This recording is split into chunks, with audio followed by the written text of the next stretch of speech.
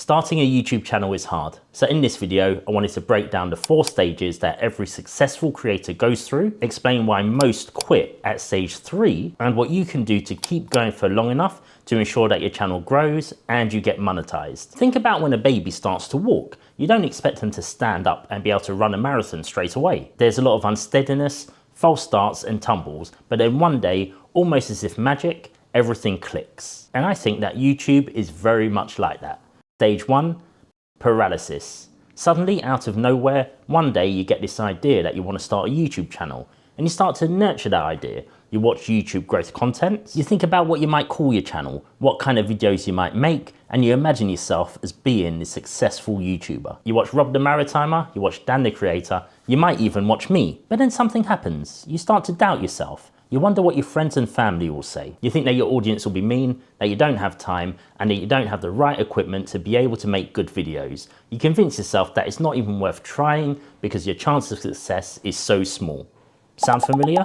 As much as you might think that these reasons are valid, the reality is that you're probably just scared. You might be scared of failure, or you might even be scared of success. The only real remedy, the only advice I can give at this stage to move into stage 2 is to just start, to take action and to make your first video. So that's exactly what you do. You make a video and you post it. Now you're going into stage 2, which I like to call high hopes. You're in love with the process and you're really excited about making content. You've posted that first video and now you're really excited. You imagine what would happen if this video explodes and gets you off to the best possible start. You're optimistic about what your future will hold, and you're actually thinking about making that video, how I got monetized on YouTube in a week. You're in that honeymoon phase where everything's new. You know that you're a new YouTuber, but the thing is you don't really know what you don't know. Then you check your analytics after 10 minutes and you haven't got any views. You check back again after an hour and you still have no views and you still have 0 impressions. You know that it can sometimes take a bit of time before your video starts to get traction, so you forget about it and you make the second video and you post it. By the time you do this, that first video has 15 views and your second video doesn't actually break double digits. You're not a quitter, so you make and post your next video.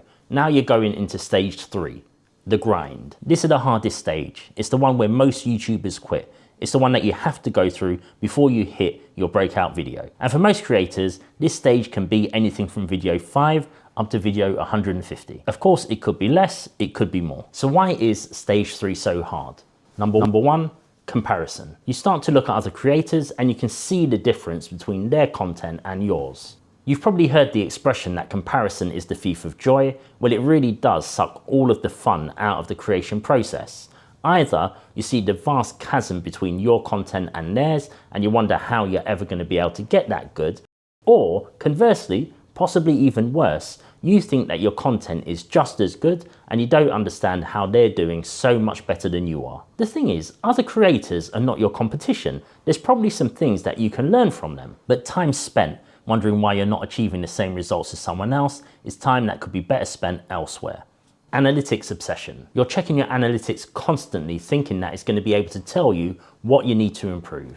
I advise my coaching clients to ignore analytics early on until they're achieving at least 100 views consistently and more than 1,000 impressions. Percentages based on a small data set are just not accurate. They don't tell the full story. It'd be very much like giving a film a 9 out of 10 rating just based on the trailer. During phase 3, the numbers just don't move that much. So if you must check, it'd be better to check a couple of times a week, maybe when you're uploading your videos. And whilst this does take discipline, it's so much better for your mental health than checking constantly and not seeing any movement. The knowledge gap.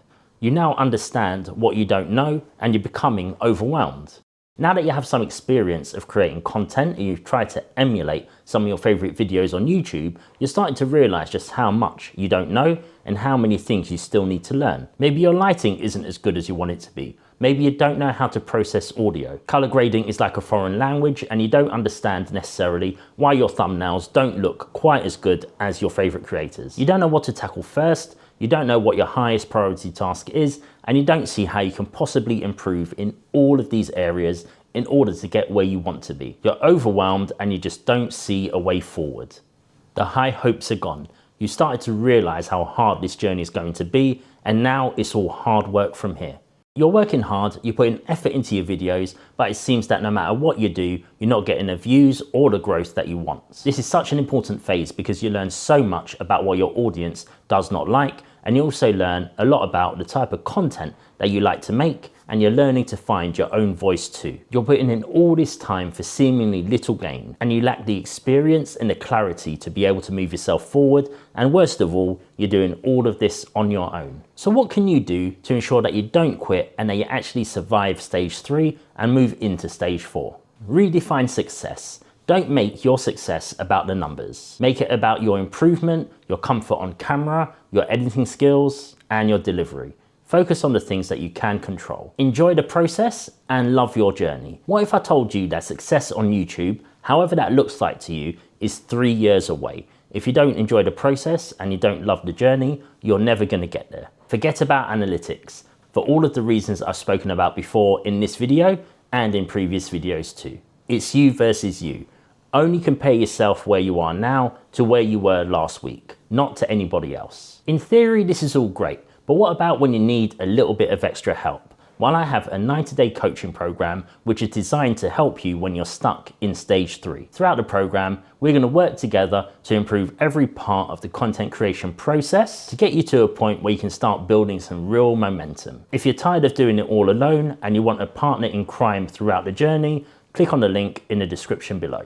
Stage 4, the breakthrough. If you're able to make it through stage 3, you're going to get to a point where everything just clicks, you're able to make really good content, and you found your style and your voice. This is where you break out of double-digit jail and you start to get videos that are viewed into the thousands. You have subscribers who are actively looking forward to your next upload, and you get the same people constantly in your comment section telling you how they can't believe you have so few subscribers. Now, you only reached stage 4 because you didn't give up, you improved your skills, and you made better content to the point where you're able to see some success. Realistically, this could be anything between 50 and 100 videos. At the rate of 1 upload per week, that's between 1 and 2 years of uploading consistently to get into stage 4. Phase 4 is not without its pitfalls though. There's a number of things that you need to look out for just to make sure that you're mentally prepared and still able to push through. The first is the hot hand fallacy. Now, this is a basketball term where a player makes multiple shots in a row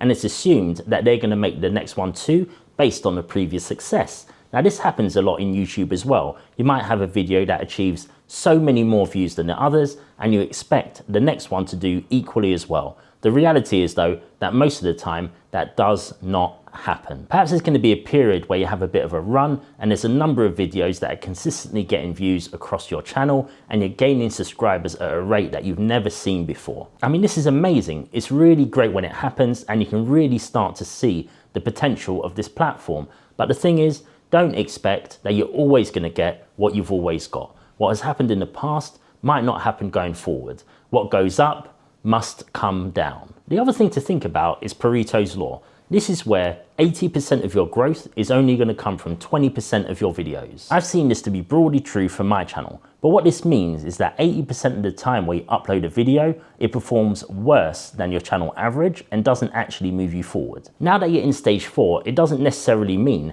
that your content is now miraculously better, although a lot of the time that will be the case. What it does mean is that you held on where most other creators do not. You've done the right things consistently over time to get where you are now. So what about you? Tell me, at what stage in the content creator journey are you? Let me know in the comments below. Whatever stage you're at, you don't need to do it alone. There's lots of things that you can do to ensure that you have the right support at every stage of the process. So check out this video next about how to find your YouTube friends and groups so that you feel less alone.